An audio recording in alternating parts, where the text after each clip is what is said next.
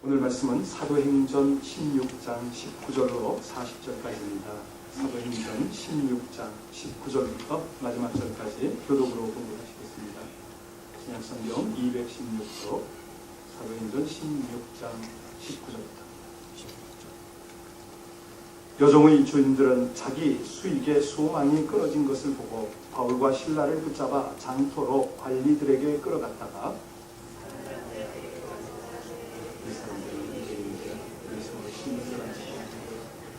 로마 사람인 우리가 받지도 못하고 행하지도 못할 풍속을 전한다 하거늘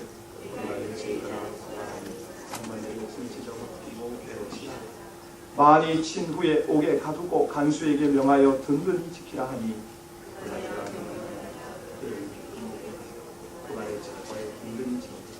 한밤중에 바울과 실라가 기도하고 하나님을 찬송하며 죄수들이 듣더라.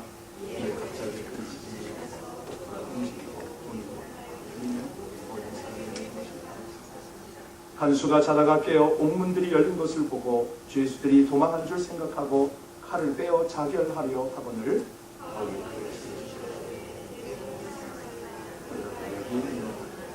간수가 등불을 달라고 하며 뛰어들어가 무서워 떨며 바울과 실라 앞에 엎드리고 그들이 데리고 나갈 때 선생들이여 내가 어떻게 해야 구원을 받으리까 이르되 주 예수를 믿으라 그리하면 너와 내 집이 구원을 받으리라 하고 주의 말씀을 그 사람과 그 집에 있는 모든 사람에게 전하라. 그 밤 그 시각에 간수가 그들을 데려다가 그 맞은 자리를 씻어주고 자기와 그 온 가족이 다 세례를 받은 후 그들을 데리고 자기 집에다 음식을 차려주고 그와 온 집안이 하나님을 믿음으로 하게 하였다. 날이 새매 상관들이 부하를 보내어 이 사람들을 놓으라 하니 간수가 상관들이 사람을 보내어 너희를 놓으라 기절을 나가서 편하게 가라 하니 바울이 이르되 로마 사람인 우리를 죄도 정하지 아니하고 공중 앞에서 때리고 옥에 가두었다가 이제는 가만히 내 보내고자 하느냐? 아니라 그들이 친히 와서 우리를 데리고 나가야 하리라 한데 너희들이 이 말을 상관에게 두고 그들이 로마 사람이라 하는 말을 듣고 와서 권하여 데리고 나가 그 성에서 떠나기를 청하니 그 사람이 옥에서 나와 루디아의 집에 들어가서 형제들을 만나보고 위로하고 가니라. 그 전 세계 한 130여 개국이에요. 1억 4천만 시청자를 묻고 울리는 사람 누군지 아시죠? 예, 그 유명한 오프라 윈프리입니다. 그 에이미상을요 30회나 수상했고 TV 아카데미 명예의 전당에도 올리고 있죠. 예, 그 오프라 윈프리가 토크쇼뿐만 아니라 그 여성 전용 TV가 있지 않습니까? 그 옥지션의 동업자, 예, 또 연출가. 그뿐만 아니라 TV 프로그램 제작도 관여하고 있고 출판사, 인터넷 사업 같은 이 모든 걸 총망라하는 유명한 하포그룹의 회장입니다. 연예인 가운데서 최고의 수입을 올리는 그녀, 한마디로 인종과 어떤 성을 뛰어넘는 성공, 아마 그 단어의 주인공이 오프라 윈프리라고 이렇게 할 수가 있어요. 그런데 사실은 그녀가 과거를 한번 살펴보면요, 이런 성공, 이런 행복과는 완전히 동떨어진 그런 삶을 살아왔습니다. 여러분 잘 아시죠? 그가 미혼모에게서 태어났거든요. 그리고 얼마 어린 시절 자라지도 못하는 그 나이에 친척에게 성폭행을 당하고 임신을 해서 그도 14살에 미혼모가 되었습니다. 그런데 더 안타까운 것은 그 아이가 태어난 지 2주 만에 죽었어요. 그리고 그 충격을 이기지 못해서 가출했고 마약을 복용해가지고 하루하루 지옥 같은 삶을 살았습니다. 자, 근데 어떻게 그가 터닝 포인트를 가졌느냐? 참 변화된 인생을 접하는 것이요, 성경을 통해서 성경을 읽다가 그 영혼의 숭고한 가치를 깨닫고 새로운 삶을 도전하게 됩니다. 19살 때요, 그 내슈빌에 있는 TV 거기에 취직해서 3년간 일했고요. 그 다음에 이제 볼티모어에 있는 TV 방송국에서 아침 방송을 하게 됩니다. 사람들이 말하고 있다, 뭐 이런 주제를 다뤘는데 그때 앵커가 돼가지고 성공의 길로 접어들었죠. 사실 지금도 세계에서 가장 바쁜 사람 중에 한 사람인데, 그런데 그가 그 성공할 수 있었던 요인 중에 아주 중요한 것이 있다면요, 하루도 빼먹지 않고 감사 일기를 적었다는 것입니다. 그런데 감사의 내용이 아주 간단한 거 아세요? 몇 가지 제가 불러드릴게요. 첫 번째 감사 제목이 뭐냐면, 하나님 오늘도 거뜬하게 잠자리에서 일어날 수 있어서 감사합니다. 이걸 감사했고요. 두 번째는 오늘도 유난히 눈부신 햇살을 주시고 맑은 하늘을 주셔서 감사합니다. 그리고 세 번째는 전심 때 맛있는 스파게티를 먹게 해주셔서 감사합니다. 아주 일상적인 거예요. 그리고 이제 네 번째는 얄미운 그런 짓을 하는 동료에게 화내지 않고 잘 참을 수 있도록 해주셔서 감사합니다. 그리고 다섯 번째는 좋은 책을 읽게 해주셔서, 또 이 책을 만든 좋은 작가로 인해서 감사합니다. 여러분, 아주 간단하잖아요? 예, 별것도 아닌 것 같은 거. 그가 성공할 수 있는 비결을 우리는 그렇게 꼽고 있습니다. 여기에 아주 중요한 메시지가 있는데요. 뭐냐면, 하나님의 사람들이 살아가는 특징이 있다는 거죠. 그들은 한결같이 환경을 탓하지 않습니다. 성경에 보면 하나님의 사람들은요, 공통적 특징이 있는데 그것이 뭐냐? 환경을 탓하지 않는다는 거예요. 여러분, 그 요셉 한번 보십시오. 자기를 그렇게 미워하고 왕따시켰던, 심지어는 자신을 노예로 상인들에게 팔아버렸던 그 형들을 미워하지 않습니다. 다윗은요, 자기가 골리앗을 쓰러뜨리고 이스라엘의 승리를 거두었음에도 불구하고 자기를 미워하고 시기하고 심지어 죽이려고 하는 그런 사울왕, 장인이죠. 원망하지 않습니다. 다니엘의 경우도요, 그렇게 포로되어서 바벨론에 살아가면서 자기가 처한 상황에 대해서 비관하지 않고요, 부모를 원망하지 않습니다. 오늘 이제 본문의 주인공을 우리가 찾아 들어갈 텐데, 바로 그 주인공, 이 바울과 실라가 그러합니다. 오늘 배경이 여러분이 잘 아시는 대로 이제 그들이 복음을 전하러 계속 나가는데, 기도 중에 환상을 보고 마게도냐로 왔어요. 빌립보까지 온 거죠. 그곳에서 복음을 전하다가 귀신에 사로잡혀서 점을 잘 치던 여종, 그 여종 때문에 수입을 짭짤하게 얻고 있던 그 주인들, 그들을 만난 거예요. 근데 이 여종이 자꾸 따라다니면서 하는 말이 하나님의 사람이라고, 복음의 사람이라고 알아보는 거죠. 그때 바울이 하나님께 영광을 돌리기 위해서 이 여종을 사단으로부터 풀어주기 위해서 치유를 해버립니다. 그로 인해서 이 종의 주인이 고소를 했는데, 모함을 받아서 재판도 받지 않은 상태에서 무참하게 매질을 당하고 깊은 감옥에 갇혔습니다. 심지어는 발에 착고까지 채워져서 움직일 수 없는 절망적인 그런 환경을 만난 것이 오늘 본문의 배경이죠. 그럼에도 불구하고 그들이 누구도 비난하지 않습니다. 하나님을 원망하지 않습니다. 오히려 기도하고 찬송하다가 자신뿐만 아니라 죄수들 간수까지, 그 가정까지 다 구원을 받게 했다. 이것이 이제 오늘 전체 내용인데, 자, 그렇다면 무엇이 그들을 그렇게 담대하게 만들었고 능력 있게 만들었는가? 오늘 설교 제목처럼 복음의 능력, 구원의 능력인데요, 이 능력이라는, 이 복음의 능력이 도대체 뭐냐? 어떻게 나타나는 거냐? 오늘 이 내용을 가지고 은혜를 받을 것입니다. 먼저 첫 번째는요, 복음의 능력, 그러면 최악의 상황을 최선으로 바꾸는 것입니다. 최악의 상황을 최선으로 바꾸는 것이 복음의 능력이다. 여러분, 우리가 16장 배경을 잠깐 살폈는데요, 1절서부터 24절까지를 다시 한번 살펴보면 하나님께서 환상을 주신 거죠. 그래서 빌립보에 왔고 거기서 하나님이 기뻐하시는 복음을 전했습니다. 그리고 복음을 방해하는 귀신을 예수님의 이름으로 내쫓았어요. 여종을 자유케 한 착한 일을 한 거죠. 여러분, 이쯤에서 우리가 한번 돌아볼 필요가 있습니다. 아니, 그렇게 복음을 전하고 하나님이 기뻐하는 일을 했으면 그 다음엔 뭐가 와야 됩니까? 상급이 와야죠. 칭찬이 와야죠. 축복이 와야 되잖아요. 그런데 지금은 오히려 고통 가운데 있습니다. 불행한 아픈 일을 당했어요. 왜 그랬을까요? 여기에 하나님의 높으신 경륜이 숨어 있습니다. 여러분, 우리가 예수 믿고 주님의 일을 잘 감당하거든요. 충성스럽게 섬기거든요. 그런데 이런 고난이 찾아올 수가 있습니다. 당시에는 이해할 수 없습니다. 너무 고통스러워요. 가슴 아픈 일들이 우리 생활 가운데 얼마든지 일어날 수가 있습니다. 그래서 우리 예수님이 우리에게 뭐라고 부탁하시냐면 요한복음 16장 33절에 이렇게 말씀하세요. 세상에서 너희가 무엇을 당하나? 그렇죠. 환난을 당하나. 환난이 있다는 거예요. 때로는 폭풍구름 덮여올 때도 있고 비바람 몰아치고 천둥번개 캄캄한 밤을 지나야 될 때가 있습니다. 그런데 그 다음에 예수님 하시는 말씀이 너무너무 중요해요. 너희가 세상에서 환난을 당하나. 그 다음에 뭐라고 그러시냐면 담대하라. 내가 세상을 그렇죠. 이기었노라 이렇게 말씀하셨어요. 이 고난이 오지만 그러나 그 고난 가운데 세상을 이기신 주님이 함께 하신다. 이 약속을 하신 거죠. 사실 우리 바울과 바나바를 다시 한번 돌아보겠습니다. 바울과 실라. 인간적인 생각을 하면요. 억울하기 짝이 없습니다. 아니 자기들이 마게도냐로 건너오겠다고 한 거 아니거든요.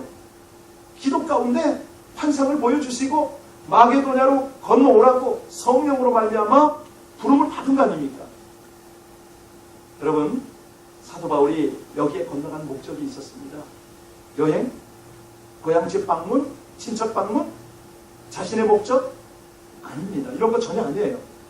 오직 하나 있다면 성령께 순종하고 복음을 전하러 마게도냐로 건너간 거예요.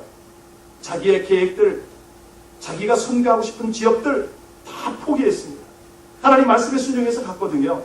열심히 전했습니다. 그런데 돌아온 것이 뭐냐면 칭찬이 아니라 고발이죠.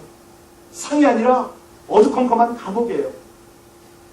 그곳에 들어간 것도 정말 억울할 텐데 재판도 못 받고 옷 찢기고 매 맞았습니다. 여러분 사도 바울의 일행이요.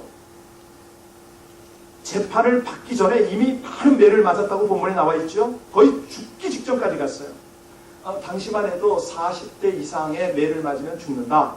이런 생각이 있기 때문에 39대의 매를 때렸다고 그러죠. 고린도후서 11장 24절에 보면 바울이 그런 고백을 합니다. 40에 하나 감한 매를 몇 번 맞았다고 그러죠? 5번이나 맞았다. 이렇게 말하는데 아마도 빌립보 감옥에서 39대 맞았지 않았겠느냐 이런 짐작을 할 수가 있어요. 자 이렇게 바울과 실라가 억울하게 옷 찢기고 매 맞고 깊은 감옥에 갇혔는데 여러분 이 깊은 감옥이라는 것은요 햇빛이 들 수가 없겠죠. 신선한 공기가 있겠습니까? 아니 일반 제수를 갖추는 보통 감옥이 아니고 정말 깊은 감옥이라고 그랬어요. 그런데 더 안타까운 것은 조금만 움직여도 발목에 쇠가 파고 들어오는 착고가 채워졌다는 거 아닙니까? 꼼짝 못하도록 착고를 채우고 벽에 고정시켜 놓았기 때문에 조금만 움직이면 발목이 상하겠죠. 고통이 심합니다. 여러분 자 그런데 여기서 우리가 참 도전이 되는 것은 이런 상황 가운데도 바울이나 실라가 로마 관리들에게 불평했다 혹은 자신의 처지를 비관했다 하나님을 원망했다 이 내용을 찾아볼 수가 없는 거예요. 이런 상황이라면 충분히 하나님을 원망할 수 있는 상황이지만 원망이 없습니다. 자신의 처지를 비관할 수 있지만 환경 탓하지 않습니다. 여러분 이런 걸 보면서 우리 삶에 한번 적용해 볼 필요가 있지 않을까요? 우리의 환경은 어떻습니까? 우리에게 장애는 내가 처한 환경만 탓하고 있지는 않은가? 주위 사람 원망스럽지 않은가? 하나님 원망스럽지 않은가?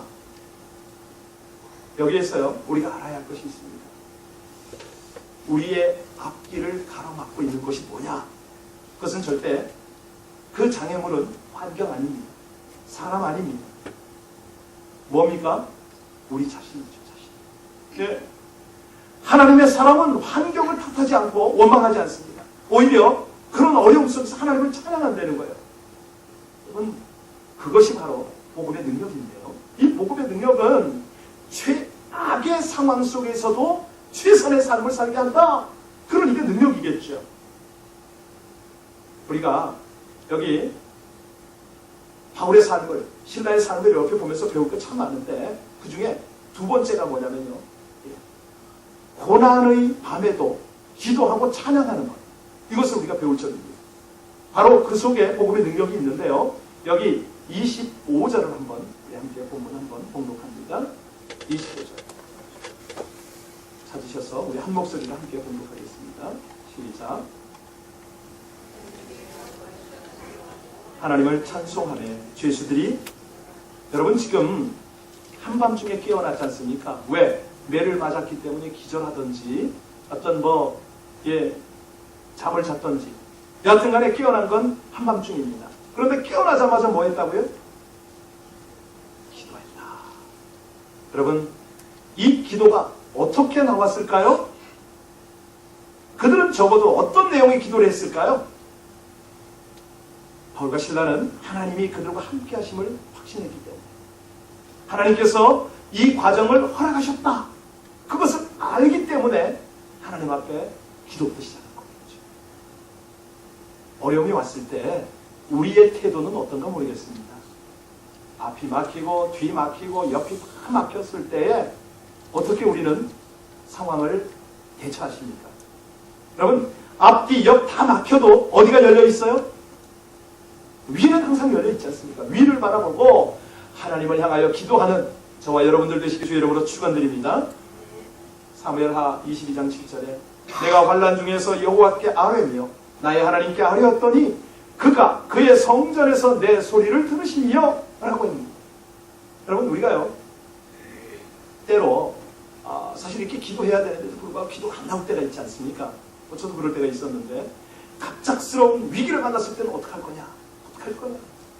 기도 내용이 부족한데 그럴 때는요 마이어라는 그 성경 교사가 화살 기도를 가르치더라고요. 화살 기도.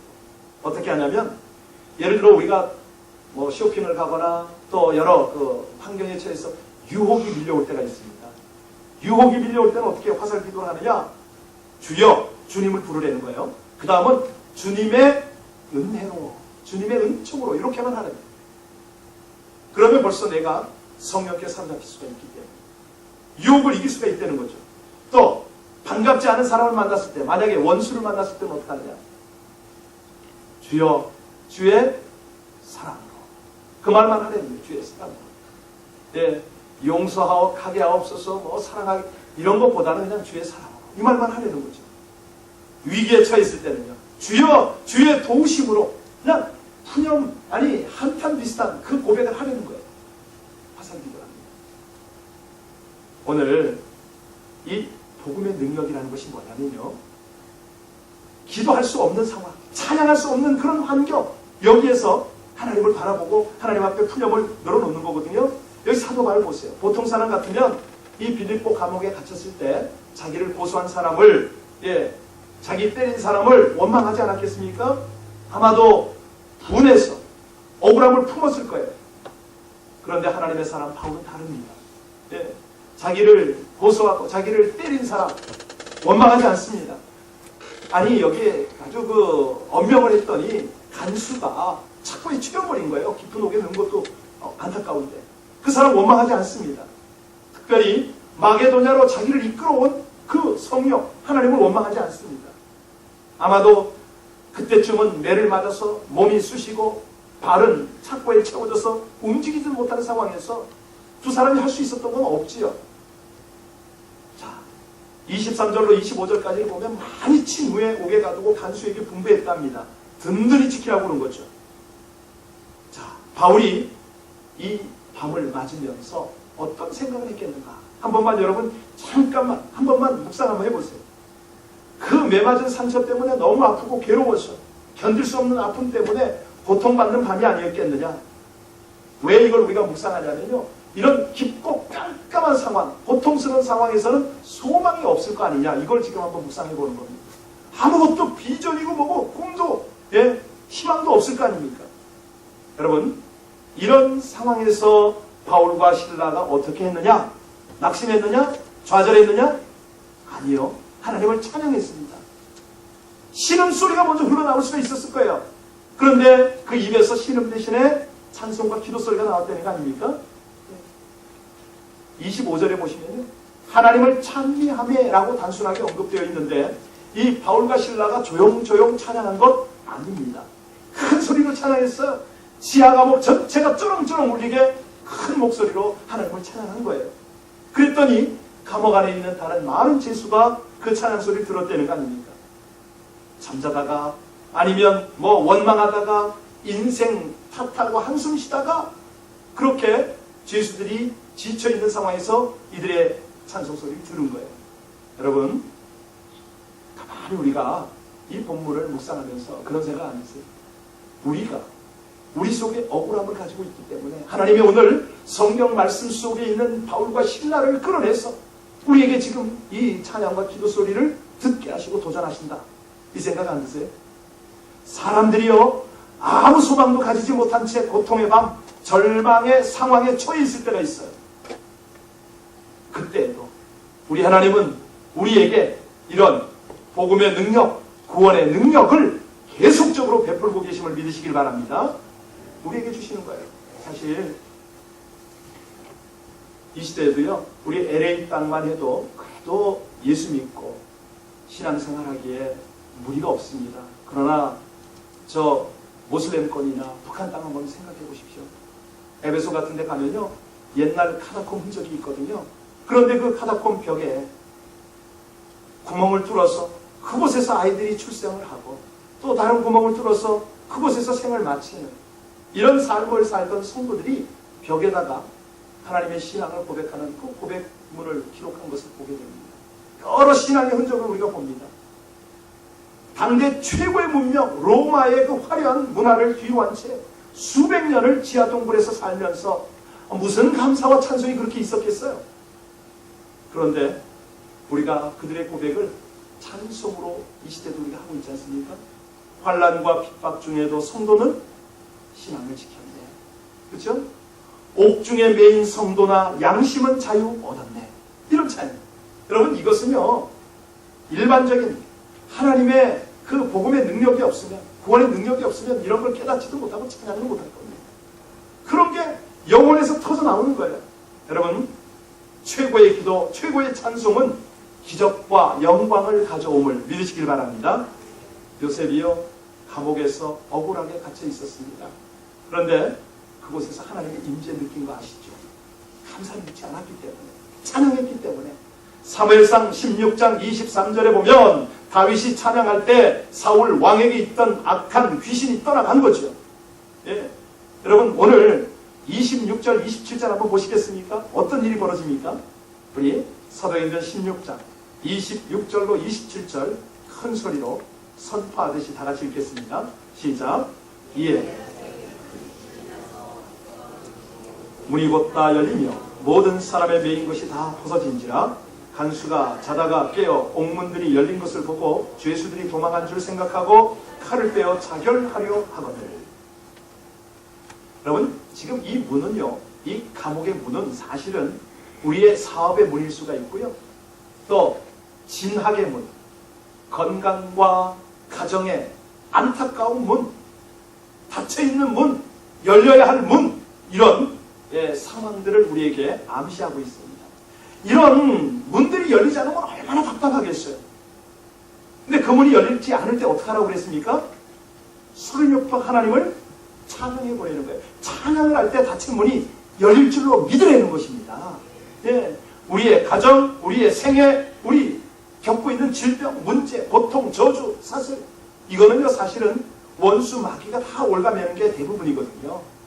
그때 이 얽매인 사슬을 끊어내는 방법, 흉악의 결박을 풀어내는 방법은 뭐라고요?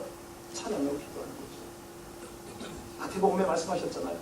내가 천국 열쇠를 너에게 주는데 땅에서 누구든지 무엇이든지 매면 하늘에서도 땅에서 무엇이든지 풀면 공중권세 잡은 악한 영들과의 전쟁이기 때문에 그렇습니다. 자, 여러분들, 모든 환경의 사슬들이 기도하고 찬양할 때 다 풀어질 줄로 확신하시기를 주의 이름으로 축원드립니다. 세 번째입니다. 이 능력, 어떤 능력이냐? 기적을 일으키는 능력이죠. 영혼을 구원하는 능력입니다. 여러분, 우리가 27절 봤는데요, 간수가 자다가 깨어서 옥문이 열린 걸 보았어요. 결국은 자결하려고 하죠. 왜? 로마법이 너무 엄격하기 때문에 죄수가 탈옥하면 간수가 대신 죽어야 합니다. 그래서 자결하려고 했더니 28절에 바울이 우리가 한 명도 안 움직이고 여기 있으니 자결하지 말아라. 네 몸 상하지 말아라. 그렇게 말하죠. 등불을 찾아서 그 어두운 구석에서 찾아서 이렇게 비춰보니까 다 있어요. 그랬는데 30절에 간수가 뭐라고 말합니까? 어떻게 해야 구원을 얻느냐 그러는 거죠. 31절에 아주 간단하게 대답을 해주고요. 결과 32절 33절에는 그 가족들이 다 구원을 받았습니다. 뿐만 아니라 34절에 보니까 상처도 씻어주고 아주 융숭한 대접을 했어요. 마지막으로 36절로 39절 보니까 치안관들의 마음을 두렵게 하고 바울을 풀어주었습니다. 제발 이 도시에서 떠나달라는 거예요. 여러분 여기서 아주 흥미있는 장면을 우리가 몇 구절 한번 묵상하고 넘어갑니다. 먼저 이 간수가 바울과 실라 앞에 어떻게 대합니까? 무릎을 꿇어요. 무릎을 꿇어. 그리고 선생들아 내가 어떻게 하여야 구원을 얻으리까 묻는 장면. 흥미롭지 않으세요? 방금 전까지 반대 상황이 지금 어마어마한 반전을 일으켰잖아요. 조금 전까지만 해도 간수가 바울을 묻고 있었어요. 관리하고 있었어요. 바울이 그 소리를 해야 되죠. 간수장님 내가 어찌하여야 구원을 얻겠습니까? 이 소리 해야 되니 지금 완전히 거꾸로 된 거예요. 여러분 상황이요. 지진 때문에 감옥이 흔들렸어요. 감옥문이 열렸으니 얼마나 놀랐겠어요. 우리 LA에서 지진 경험하신 분 계시죠? 한번 쫙 흔들어주면 어떻게 되죠? 그 다음날 새벽에 교회가 꽉 차요. 새벽 예배하면 얼마나 많이 오시는지 몰라요. 그래서 저는 가끔 그렇게 기도할 때 하나님 한번 흔들어 주실 때가 되게 가는 것 같은데 한 번만 흔들어 주세요. 그러면 잠자리에서 뻘떡 일어나가지고요. 정신을 못 차리셔요. 저도 못 차렸습니다. 그 뭐 큰 지진도 아니었는데 침대가 흔들리니까요 당황스럽더라고요.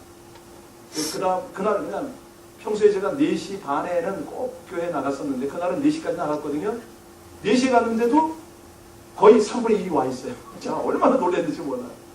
여러분 간수는 얼마나 놀랐겠습니까? 감옥이 그렇게 흔들렸는데 아니 감옥 문이 다 열려버린 거예요. 그런데 감옥 문이 열린 것까지도 놀랐는데 더 놀라운 것은 어떻게 그 수의 착구가 다 풀어졌냔 말이에요. 모든 죄수의 착구가 다 풀어졌어요. 간수가 우리말로 간이 떨어졌을 겁니다. 얼마나 두려웠겠어요. 그런데 더 놀란 것이 있습니다. 더 놀란 것이 뭡니까? 아니 죄수들이 도망을 안 가고 있는 거예요. 도망을 안 가고 있으니까 간수가 얼마나 놀랐겠어요. 지금쯤은 도망가야 자기도 자유가 하잖아요. 이 간수들이 자기를 죽이고 가면 어떡할 거예요 지금? 겁나겠죠? 그런 생각 안 하세요? 성경을 묵상하면 그런 게 묵상이 되잖아요. 자기를 죽이고 이제 다 도망갈 건데 하나도 안 가고 있으니 얼마나 무서웠겠어요. 이제 입장이 거꾸로 됐으니까. 여러분 그거보다 더 놀라운 게 뭔지 아세요? 그보다 더 놀라운 게 있어요. 뭐냐면 그 사건으로 인해서 그 하나님의 복음의 능력으로 인하여서 이 간수장의 눈이 열렸다는 거예요. 영적 눈이 열렸다는 거죠. 하나님을 향해서 눈이 열렸어요. 그러니까 바울과 실라 앞에서 부복을 한 거죠. 무릎을 꿇은 거죠. 다 꿇은 거죠. 여러분 이 정말요 갱들이나 정말 이 주먹들은요 형님을 알아봅니다. 딱 꿇은 거예요. 그뿐만 아니라 자신의 집으로 데려가서 진지하게 물어봅니다. 선생들아 내가 어떻게 하여야 구원을 얻으리? 이 영안이 열리니까 그런 게 다 느껴지는 거 아닙니까?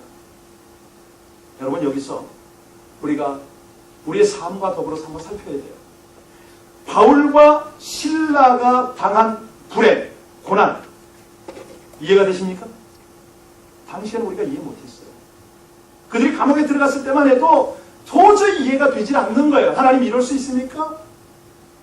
불평하고 원망하고 낙심하고 좌절할 상황인데 그 고난 가운데서도 하나님을 인정하고 인식하고 향하여 기도하고 찬양했더니 주님께서 문을 활짝 열어주십니다.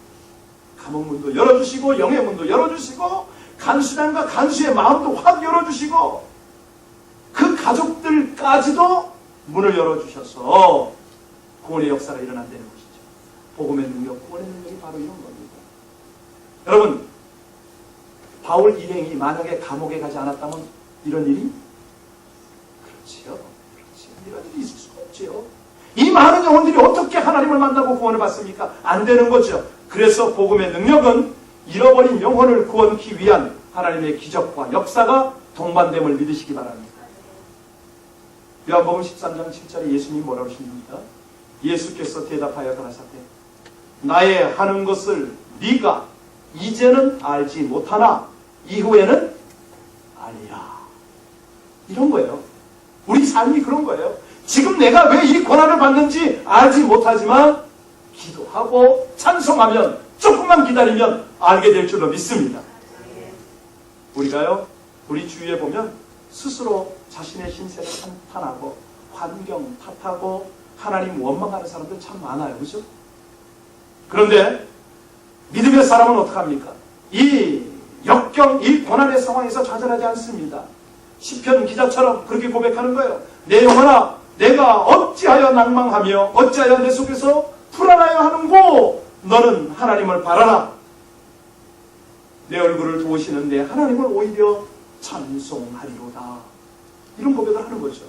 여러분, 오늘 우리가 여기서 가장 중요하게 보아야 하는 것이 뭡니까? 복음의 능력이라고 말씀드렸습니다.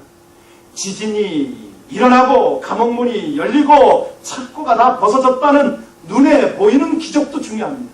그렇죠? 그러나 더 중요한 것은 뭐예요? 바울과 실라는 그 묶임 안에서도 찬송하고 기도할 수 있었다. 그것이 중요합니다. 왜?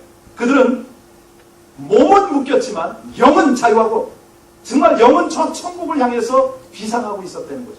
감옥 안에서도 그 영적인 활동을 온전하게 하나님 안에서 생명을 느끼고 있었어요.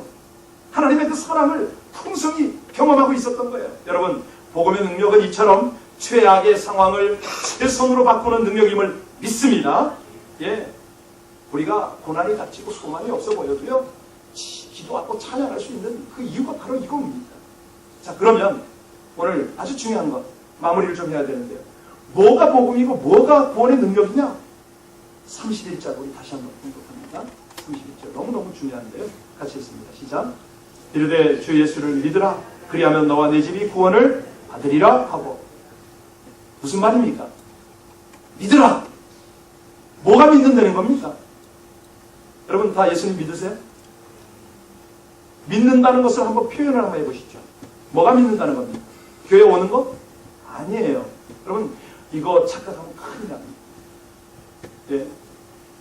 예수를 믿는다는 것은요, 한마디로 표현하면 예수님을 내 인생의 통치자로 바꾸는 겁니다. 내가 마음으로 믿고 입으로 시인하는데 그것이 전 인격적으로 온전하게 표현되어져야 된다는 거죠. 사망의 위험 앞에서도 너 예수 믿어? 그 콜롬비아 그 하이스쿨 안에서 그 총을 들이대면서 너 믿어? 죽인다 그래도 믿어 라고 하는 겁니다. 여러분 중요한 것은요, 세상 권력은 그 백성들이 자결을 선택하게 할 만큼 아주 맹목적인 충성을 요구해요. 그렇게 다스려요. 물론 그 배후에는 사단이 속이고 사단이 사망에 이르게 하는 거지만, 여러분 주 예수를 믿는다는 거 이것 때문에요, 얼마나 많은 우리가 정말 참 어려움을 겪게 되는지 모릅니다. 그런데도 불구하고 내 삶의 주인이 주님이십니다. 어떤 환난 핍박이 몰려와도 변함없이 나의 모든 것은 주님의 것입니다. 이거를 인정하는 것이죠. 심지어는요, 성공하고 형통해서 축복이 넘쳐나도 변함이 없습니다. 내 재물, 내 생명, 이 모든 것은 오직 주님의 것입니다. 이 고백을 하는 것이 주 예수를 믿는 거 아닙니까? 나를 이용하고 나를 착취하는 사단에게 단호하게 선포해야 됩니다. 나의 주인은 예수 그리스도다. 결박 풀르고 떠나가라. 이것이 바로 주님을 믿는다는 것이죠. 우리가요, 예수를 믿는다면, 복음의 능력과 구원의 능력을 우리가 확신한다면 그 자녀가 행해야 할 두 가지가 있습니다. 뭐냐면 그것이 바로 믿음의 기도와 감사의 찬송이죠. 예? 여러분, 오늘 복음과 구원을 확신하고 거기에 대한 감사를 고백하는 것입니다. 오늘 여기 참 중요한 것이 있어요. 마지막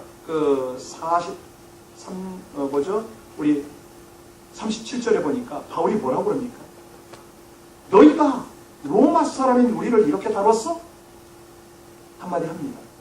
여러분, 로마 시민권이 있어서 함부로 재판받기 전에는 이렇게 곤욕을 받지 않아도 될 때는 어떡합니까? 미리 다 얘기해야죠. 미리. 너희들 나 함부로 하면 안 돼.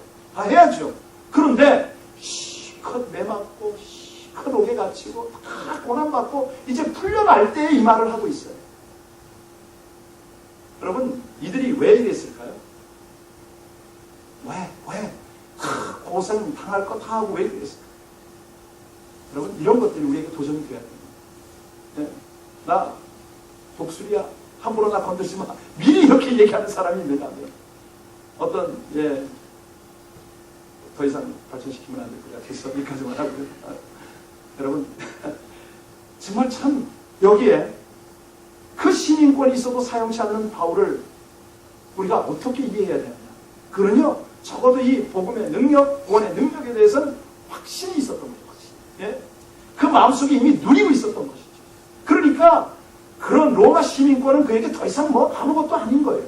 더 이상 자랑거리가 아니에요. 그냥 그들이 깨닫도록 한마디만 해주는 거죠. 거기에 의의를 둔 거죠. 여러분, 우리 가운데요, 감옥과 같이 사방으로 우겨싸움을 당하는 그런 분들 계실지 몰라요.